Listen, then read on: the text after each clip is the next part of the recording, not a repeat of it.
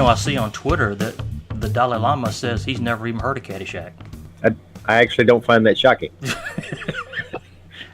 I mean, I've heard of Shack. Hey. Everybody I know has heard of it, but So, hello, folks. It's Unclear Thinking time, in case you hadn't figured it out. I'm Larry Smoke. That's John Bates. Say hello, John. Hello, folks. I'm John. Social media, the central core of our communication existence these days, or something like it, or the bane of our existence, some might would say. Is it good or is it bad? To jump right into it. Okay, here's my proposition for you. Social media, connecting everybody from around the world on a constant basis, I think has strongly eroded our sense of community, and I think it strongly eroded our sense of discourse. We don't talk to each other. We fight with each other on social media. Mm-hmm. We don't have community with the people we actually live around and see on a regular basis. We have community with this group of people who think exactly like we do on this particular subject, and this group of people who think exactly like we do on this particular subject. And God help you if you don't think like me at all. But even if you do think like me, and we on this subject and we disagree on this subject, then we're probably going to ruin our friendship anyway. I think we've touched on something like this in a previous show, but I don't think we focused on it like we're focusing on it this evening. As we record this, it's the middle of June 2016, so we're here in the United States. We're getting geared up for the home stretch of our upcoming presidential election. We've had a horrible act of terror, act of hate crime, depending on how you view it, in the past week down in Orlando, Florida. There's been accidental death of a child, coincidentally also in Florida, that has become a trending topic on social media. So, these are three varying topics of substance and importance, and yet all three are receiving massive traffic in social media. And at this moment, I'm looking primarily at Twitter, but it's true on Facebook also. And I guess what strikes me about social media, and I love social media, I indulge in social media more than a pushing 50-year-old man probably should. But I admit that it infuriates me at times. The thing about Twitter is like you just, I think is to clarify what you just said, it's 140 characters.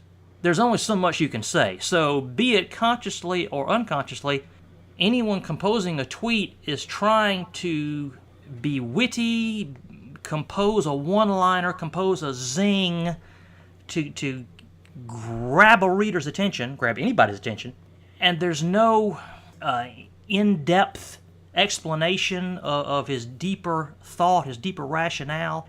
And, of course, then any response is going to be equally as short-winded. So whether by intention or by accident, it devolves into a shouting match.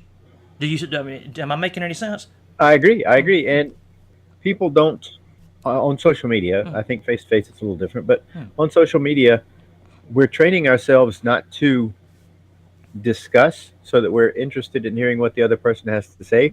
We're training ourselves to shout out our own opinions, and our opinions are designed, our posts, like you said, they're designed to garner attention.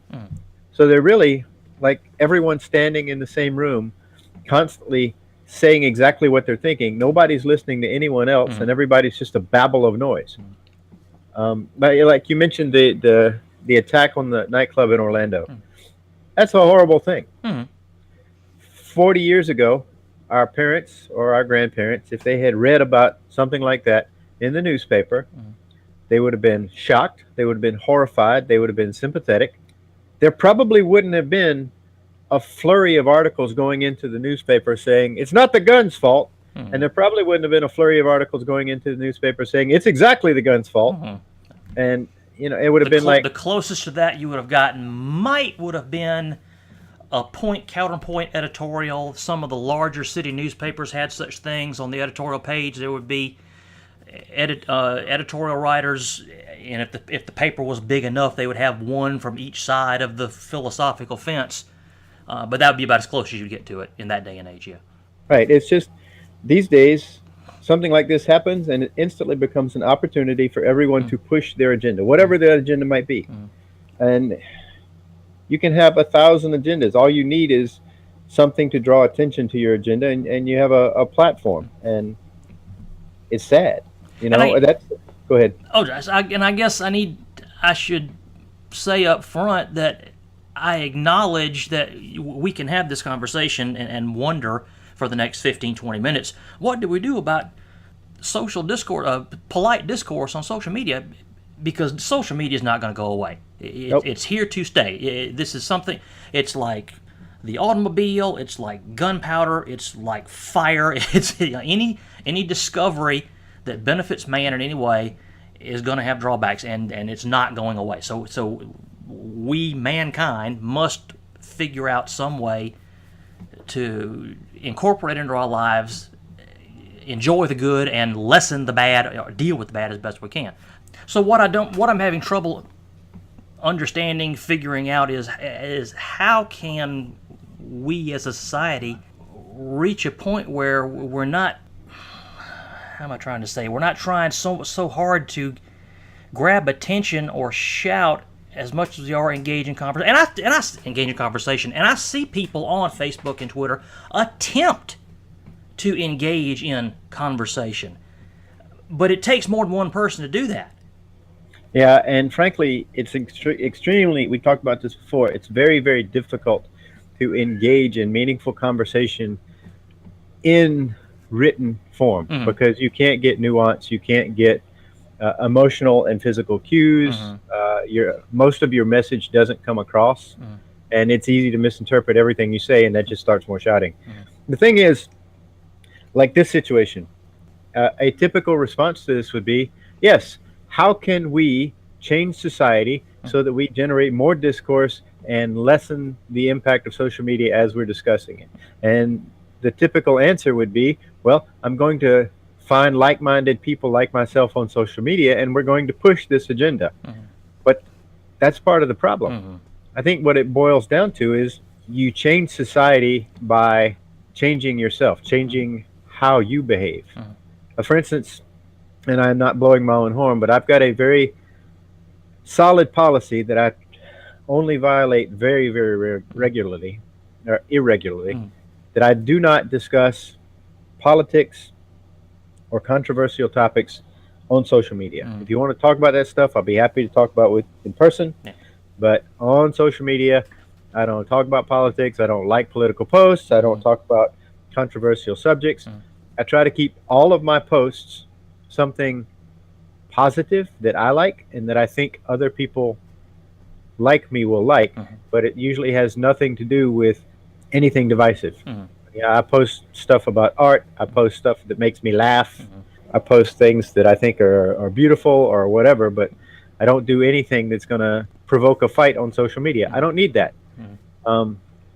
I don't need to argue with you, and I don't want you to have a bad day because you're arguing with me, but you can't argue with me. So all you really do is build frustration and anger because you can't make me see your truth. So you and I are similar in that respect. I also, we're too alike to be doing a show like this. See, we need to start arguing with each other. Yeah. But as I was saying, you and I are similar in that respect. I try very hard to avoid politics and religion and even current events to a large degree on social media. To me, social media is supposed to be social, and it's hard to be social when you're arguing with somebody. Now, the couple of occasions where I have violated my own policy, and I say couple, I mean it literally, I can think of two off the top of my head in Facebook rolled out in 07, 08, so let's say the 9 years that we've been in Twitter, about the same amount of time, so the 9 years that we've been involved in social media, I can think of two instances where I've slipped and espouted some controversial current topic on social media, and in each case, I had people unfriend me as a result.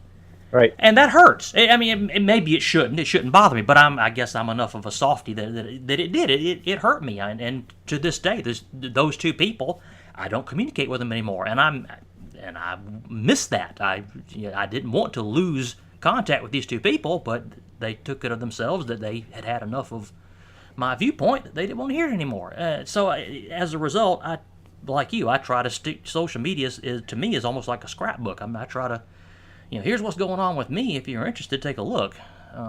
And that rarely happens in person, because a person who is your friend in real life pretty much knows a more well-rounded version of you, not just your particular opinion on one topic. And once they get to like you, then just because you disagree on one topic is generally not enough to push them over the edge and have them rage quit, basically. But on social media, we only see fragments and pieces of each other, and those are the fragments and pieces that we care enough about to put out there. So we're very passionate about them generally, and they're very divisive. I mean, they hurt families. I know families who have stopped talking to each other, various family members. Heard instances of that too. Because of crap like this. And it's, once again, bringing it back to this Orlando thing, everybody's pushing their own agenda, and no one has sympathy for the victims or their families. No one is dealing with the grief that goes along with this thing. It's all about this agenda, that agenda, the other agenda. Well, I'm not going to say that. I won't say nobody does. I have seen several heartfelt, genuine articles, posts, tweets. You're right. Expressions. Something. Well, you were saying an absolute. I'm supposed to say I don't think it's an absolute, but I do agree with you. I think the I won't say the overwhelming majority, but definitely the majority of social media material related to that incident has been, in my opinion, off topic. Right. Yeah, and you're right. I've seen a lot of true, genuine sympathy and grief, but I've seen more. Maybe that's just what shows up in my news feed and my Twitter feed. I've seen more attempts to express an agenda based on this than I have seen of the other. And the same thing happens in politics. As a matter of fact, as we go into the most unusual and divisive presidential race that in my living memory, it's possible that in the past there have been weirder things, or we almost impeach Andrew Jackson. But anyway, part of it, I think it has to do with this ability for people to get on social media and push these agendas, and politicians respond to it. I don't know that a politician like Donald Trump could have existed back in the day where newspaper and TV was your primary source of information, and people didn't communicate except with their immediate neighbors or by telephone or by letter. Joseph McCarthy? Huh? Joseph McCarthy? All right. Yeah, he did stir up a huge... And I'm not comparing Trump to McCarthy. I'm using that as an example. People say Trump is a demagogue. People said McCarthy was a demagogue. That's just an example. I have quibbles with Trump. I have things that I agree with Trump. So I'm not taking a stand. I'm just using that as an example. No, I agree with that. I can see your point. I think that Trump differs from McCarthy in that I don't think that Trump has a specific platform. I think he just speaks about trending topics, and he's very good at things that will make the rounds on social media. And because of the age in which we live, he has more microphones. Yes, and I mean figurative microphones. He has more outlets to communicate than McCarthy, for lack of a better example, ever did. I just think that as we become more and more involved with social media, and it is more and more involved. I mean, 5 years ago, social media was popular, but now everyone uses it. Grandmothers and grandfathers and poor people and rich people, and everybody's on it, and everybody's increasingly more involved with it. And I just don't know what it's doing to society. But as I said earlier, you don't influence a society by, well, you can. I was going to make a generic statement again, but you can. I feel the best way to influence society is make your own decisions and live the best way you can, and help others around you do the same thing. But if you decide that I am a party of my entire agenda is that I hate lemons and I wish to see every lemon tree eradicated from the face of the earth, well, if I'm in my neighborhood, I might be the only guy who feels that way. But once I jump on the internet, I can find 1,000 people who are going to agree with that, and those 1,000 people are going to make my voice stronger than it ever was. Self-affirmation. Yep. You mentioned families creating intra-family drama Inter-family drama? Intra would be between two families. Inter would be in the same That's right. family. Okay, thank you, Mr. English professor. Inter-family drama. Do you think that's also a manifestation of, and I say people because to a degree all of us are like that, desiring for some kind of attention or desiring to be important enough to be the impetus for some kind of, for lack of a better word, drama, family crisis? Well, I think that impulse has always been there. That's what I said. To a degree, we probably all have it. I mean, some of you are better at controlling it. But I wonder, A, if that's a human trait that we all share, then B, is that how it manifests itself on social media? Well, yes, definitely that Or do we need desire to for cut this entire attention. line of questioning? No, I think that desire for attention does. Social media amplifies that because, like you said, you don't post something figuring no one's going to look at it. Yeah. You post something because you want people Want to look at interact, it. yeah. Yeah. You on Facebook, you want the likes. On Twitter, you want the little favorites or the hearts or whatever the case may be. You want responses. You want, because that makes you feel good. I had an opinion and it mattered to people. I do think that social media allows a tremendous amount of confirmation bias into our lives.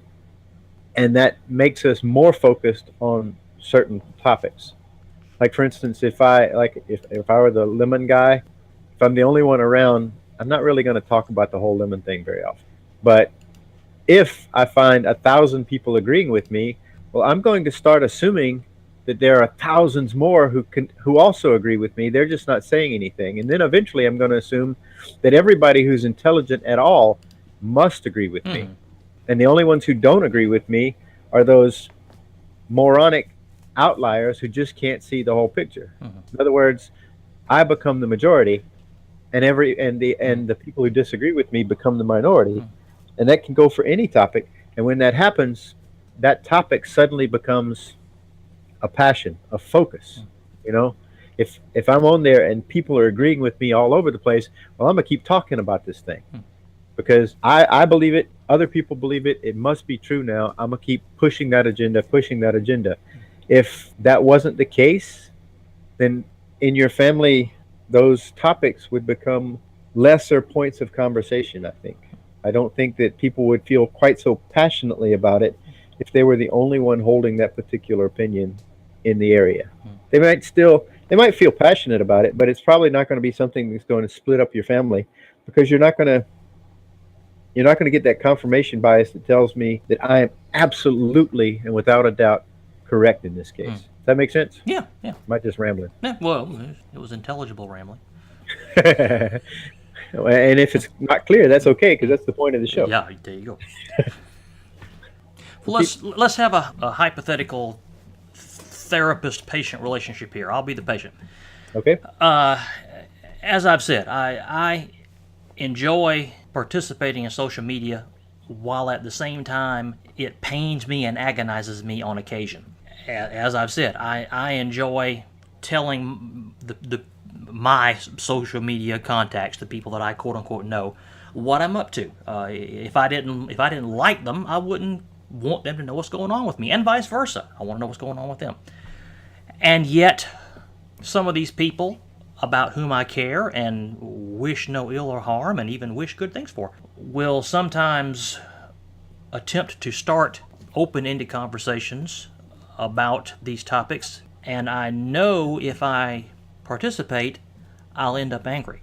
Right. Am I right to just avoid the conversation, or should I attempt to engage in the conversation and steer it in a positive direction? Well, let me add to your confirmation bias. I do the same thing. The nice thing about social media is there's no he saw this but didn't do anything about it notification. You never thought about that. Thank God for that too. Yeah, I can scroll. I can see a conversation. I can read all the comments. I can look at the whole thing, and I can elect not to participate, and no one even knows that I looked at the conversation. So that's what I do. I see these things. You and I both have very close friends who are highly political people, and we'll get these giant bursts of notifications where they have posted 10 things in a row on a particular political subject, well, And friends on both sides of the political ideological fence. Like, it's not right, even like it's just coming from one side. right. So my general policy is if a friend posts something, I like it. I click like. It just lets them know that I saw it. It's an affirmation for them and that sort of thing. But on these particular things, I scroll right by. I don't click like. I don't make any comment whatsoever. Now, some might argue that, well, if you don't participate in the conversation, then you can't change the nature of it. But I would argue that social media is not a conversation. Social media is people yelling at each other across a chasm that they will never meet in the middle of. We're too much alike. We shouldn't be doing a show together because I'm agreeing with you too much. Word for word, I've had that exact same sentiment. That is a conversation almost has to involve. Well, you might have a conversation via telecommunication means. You know, you might can have a quote unquote air quotes conversation if you can hear the other person's voice, but you definitely can have one if you can see them and hear them. And the written method of communication, be it social media, be it email, be it snail mail, be it handwritten notes on the back of a scratch pad, is not going to be a true conversation. You cannot communicate all of the unspoken ideals, cues, keys that we as human beings use to carry on a full-fledged conversation. And as a result, if you start trying to have one via social media, I have no statistics to back this up, but I would wager money that way more often than not, somewhere in the 75 or better percentile, you're going to fail. Right. I don't try. My definition of fail being neither side is going to change the other's mind. I agree. That's why I avoid having serious topic conversations on text or messenger or any kind of messaging Same thing. platform. Because too much context is lost, and it's so easy to interpret a written sentence in multiple ways, and you can't tell what the other person's thinking, and we tend to interpret it in the worst possible way. Our good buddy Chris, anybody who has ever listened to Grumpy Old Guys on Gaming has probably noticed that Chris and I argue. We have differing opinions about stuff, and we don't mind yelling at each other about it. And we are good friends. He's one of my oldest friends. I've known him almost as long as I've known you. You know, I would happily drive across the country to join in a bar fight with him, or whatever I had to do for him. If we had had those same conversations on social media or in text, it would probably have destroyed our friendship by now. Yeah. Because they just come across as crueler, colder, meaner. They just generate more anger and less opportunity to, if your conversation is broken up into segmented bits, your anger never dies down, and you never get a chance for the other person to say, I understand where you're coming from. I'm not trying to insult you. You know, you don't get that. You just get the angry bits. And you get unfriended. Right. Now I've noticed that your posts, you tend to post positive things only. You post things you like, you post jokes, you post things that either entertain you or you think will entertain your friends. I try. Yeah, but I noticed that you don't engage in things that are going to create arguments or even general deep serious discussion in a written form, because that's going to lead to an argument for the most part. And as I said, I've been burned by it too. I've learned the hard way. Yeah, I've had the last time was several months ago. I think I clicked like on a post that I knew was controversial, but it was funny and it made me laugh. So I clicked like, and not that long later, a friend of mine contacted me via Messenger to say, I don't understand your opinion here. What you like that? And I basically had, after I let him rant and said, oh yeah, I understand what you're talking about, I ended up saying, look, I knew I shouldn't have clicked like on this. I don't talk about subjects like this very often. It made me laugh. That's the entire reason I did it. And it was okay. I mean, we got around to it being okay, but that fast, I could have had a friendship with a guy I've known since high school go away because I clicked a little thumbs up button on a post on Facebook because it made me laugh. It's a minefield, social media is. So the moral of the story is that we should not ask anybody who they're going to vote for. Yes. That's okay. So, folks, don't tell us who you're going to vote for, but if you have any ideas about how we can change and mold society to a better, more caring, understanding methods via social media, tell us all about it. Unclearthinking@gmail.com. You can send us long, kind, positive diatribes at that email address, and we will read them lovingly and respond accordingly. However, if you are of that short attention span and wanted that 140-character attention-grabbing zap, you can do that. You can get to John at Cuhullen, Cuhullen. Be warned that if you are posting something argumentative or trying to start a fight with me, I will pretend I never saw it, and you will never know the difference. Ignorance is the best defense.